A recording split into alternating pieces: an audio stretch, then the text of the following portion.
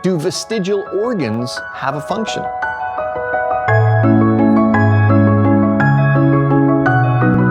Welcome to Creation Basics, where our goal is to make God's creation part of your everyday conversation. And in today's episode, we're going to continue a series featuring number 7 of 10 different instances where evolutionists have changed position on a major concept that's part of the creation-evolution controversy towards more of a creationist viewpoint. Now, as I've been saying, please understand, I'm not saying that they've switched to believe in creation or intelligent design over an evolutionary story. I'm just highlighting this to show you that what science is revealing is that creationist interpretations of facts that we see in God's world are better understood according to God's word than an evolutionary explanation. So today's example is vestigial organs. And our question is, are there really useless, non-functional organs that are left over in our bodies from our evolutionary past? I mean, from your school textbooks, you've probably heard about vestigial organs. And according to the story of evolution, there should be, leftover organs kicking around from before we became human. And these leftovers, called vestigial organs, are either useless or they don't work well. The Bible, of course teaches us that, when God created us in His own image, each part of our body was made for a purpose. And, even if we aren't sure what that purpose is yet. Now, in a biblical worldview, there's no such thing as a vestigial organ, but of course, evolutionists disagree. So let's go through a few examples, and then we'll ask whether this is a good argument overall for evolution anyway. And of course, just a hint, it isn't. But anyway, one example of a body part that's often referred to as vestigial is the coccyx, what is commonly called the tailbone. I remember an evolutionist asking me why we had a tailbone if evolution wasn't true. And I said, well, because your spine has to stop somewhere. But you see, what we're often told is that the coccyx is an evolutionary leftover from days when people had tails. Now, the Bible teaches us that people were created especially in God's image, not evolved animals. So we know that people never had tails. And actually, the coccyx has a very important function. Your pelvic muscles attach to the coccyx.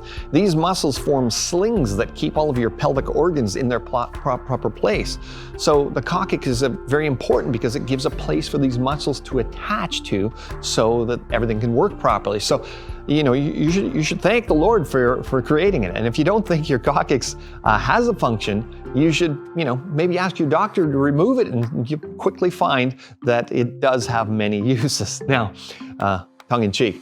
Now, another organ commonly thought of as vestigial is your appendix. And for a long time, people thought that the appendix didn't do anything. It was just a useless old leftover, and you could just cut it out and it was no big deal. Now, most scientists and doctors understand that the appendix today, it's a very complex and it's very important. This small organ helps keep us healthy. For example, sometimes diseases cause our bodies to lose some important bacteria that live in our intestines. And when this happens, the appendix supplies new bacteria to our intestine, and it's also very important during your development in the womb. So the appendix is not some evolutionary leftover. It's an organ that was specially designed by God to help us fight disease in a fallen world. Now, of course, we don't have time here to go over every single example that evolutionists would use as vestigial organs, but there's lots of articles on the Answers in Genesis website that you can look up if you want to.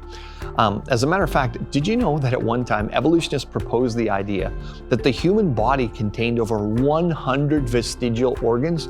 I mean, they're down to about a handful now that are highly contested even in the evolutionary community.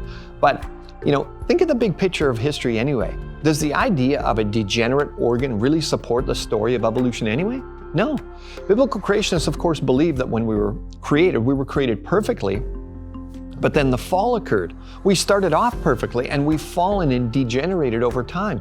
Even if evolutionists could point to some degenerate organs or DNA in humans, well, that's what would be expected in a sin-cursed world. What evolutionists should be able to show is brand new genetic information for forms, functions, and features that never existed before, coming into being to support their story. Not the corruption of good genetic information. That supports the biblical narrative. So, the question, are there useless leftover vestigial organs in humans? Nope. Although some evolutionists still try and cling to this, handful of bad examples, the creationist explanation of organs being useful and functional is better supported by science.